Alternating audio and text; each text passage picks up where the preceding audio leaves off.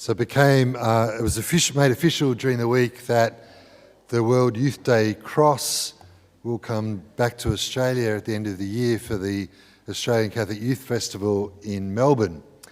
And I was excited to see that because, as some of you would know, back in 2007 and 8, when the World Youth Day Cross was travelling around Australia, I was responsible for it. It was my role to look after it as it travelled around the country.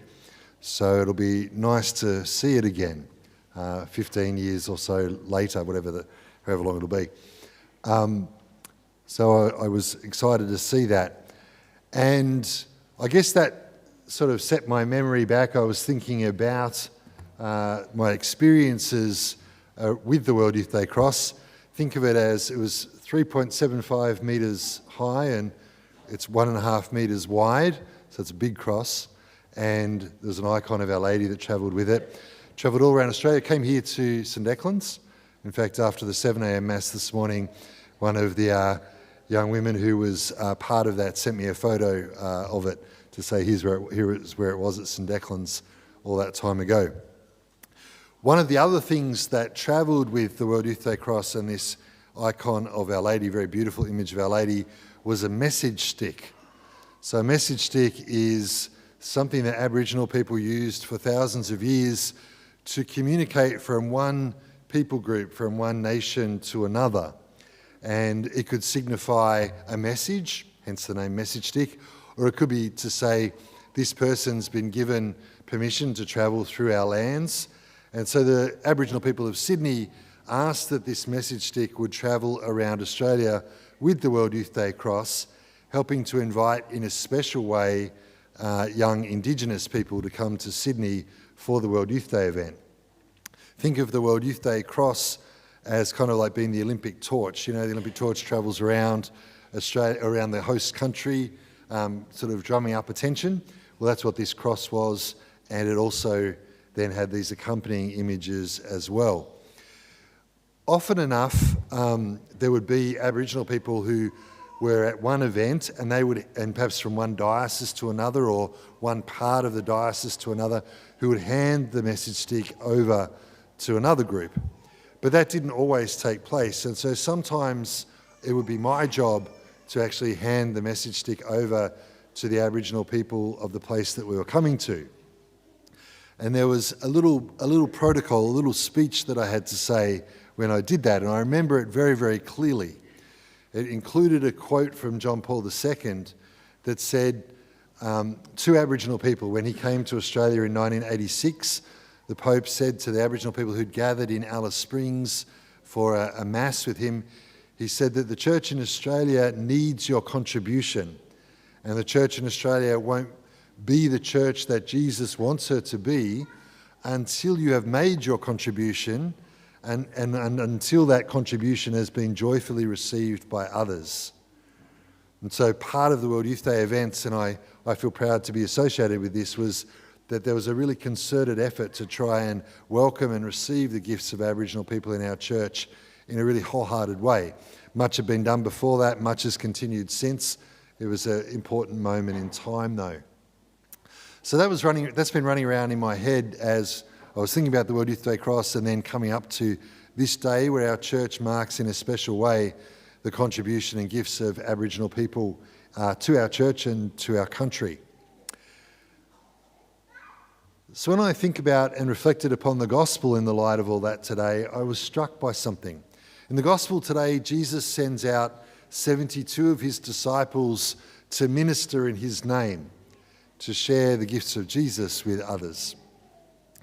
But what strikes me about it is that he makes them very vulnerable as he does so. He says to them, and Jesus makes it really clear at the start, he says, look, I'm sending you out like lambs among wolves. He knows what he's doing. He says, look, don't take a purse, don't take a haversack or sandals, don't greet someone on the road. If you end up with a house where someone's looking after you, accept the food that they give you. Don't move around. If you imagine yourself as one of the 72, think about how vulnerable a position that is.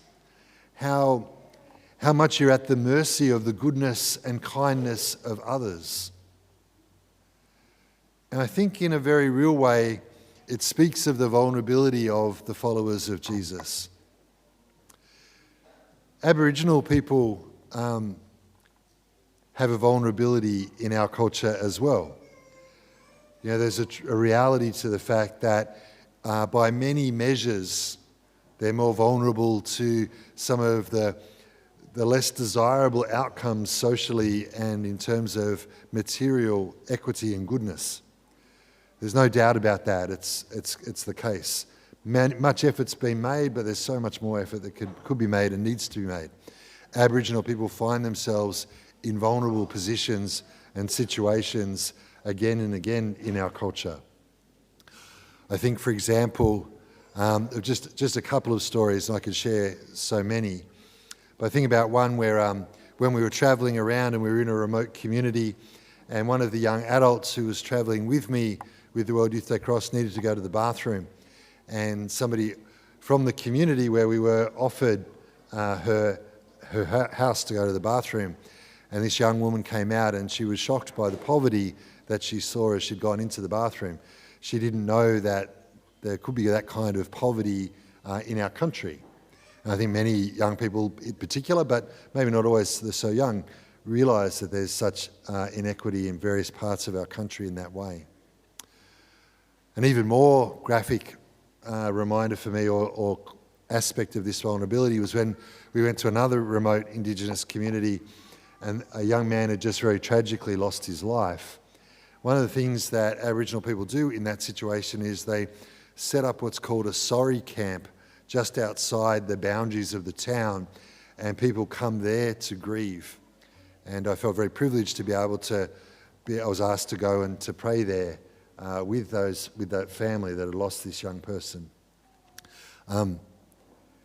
Aboriginal people are vulnerable. They're vulnerable.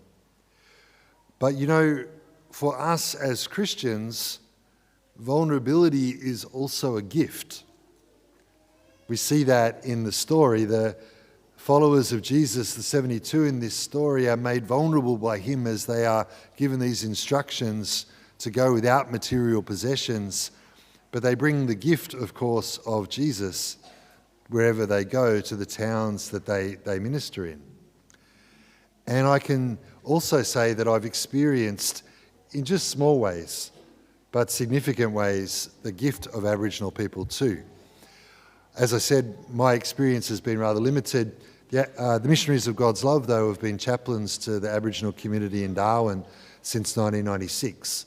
Father Brian and a number of other priests have spent a long time there. Brian was the chaplain to the Aboriginal community for 7 years. So they've got much more stories than I do. But I wanted to just tell you of one in particular. Was if you might notice if I'm wearing a red chasuble, it's red with a white strip down the front with the Southern Cross on it. On the back is a dot painting that was painted by an Aboriginal woman in preparations for the Sydney World Youth Day. And so all of the bishops wore that chasuble at the World Youth Day. And I'm obviously not a bishop, but I managed to score one of these chasubles. I was given one. The lady who painted it, I'm privileged to count as a friend. She's gone to the Lord now. She passed away a few years ago. But more than a friend, I think from Marjorie, I learnt much about what a saint looks like, because I think she was a saint. She's a deeply holy, holy woman. She was a member of the stolen generations, which means that she had been taken away from her parents while she was just a young child. And she grew up on a mission on the Tiwi Islands. I've been to the place where she grew up and to where she lived. Incredibly prayerful woman who loved Jesus like few other people I've met in my life. She's an incredible example to me of what holiness looked like. She walked around barefoot. I remember seeing her in Melbourne, and it was freezing, and she was there in a very thin dress, and she dressed in Melbourne like she dressed in Darwin, a thin dress, a barefoot, and I think she might have had a cardigan and a beanie on. She was a great character, but I received a great deal from her. as I heard her tell her stories of hardship, yes, of vulnerability at one level, but also the gift of faith and the difference that she had experienced from Jesus.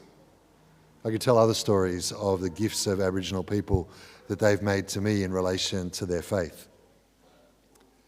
Vulnerability for us as Christians is a gift. Jesus allows us to be vulnerable, but he also invites that vulnerability because there's a gift there. That's true for us too, those of us who aren't Indigenous. Perhaps it's easier for us sometimes to hide our vulnerability. We can work hard at it, trying to pretend that we're not vulnerable. Sometimes if you've experienced some of the challenges that some people have experienced, that doesn't stay so easy. It's not so easy to hide it sometimes.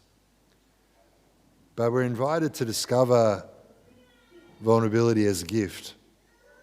Because when we're met in vulnerability by somebody who's willing to be with us in our moment of need, in our fear, our anxiety, in our sickness, in the trial that we're going through, when we're met by somebody in that moment, in that place,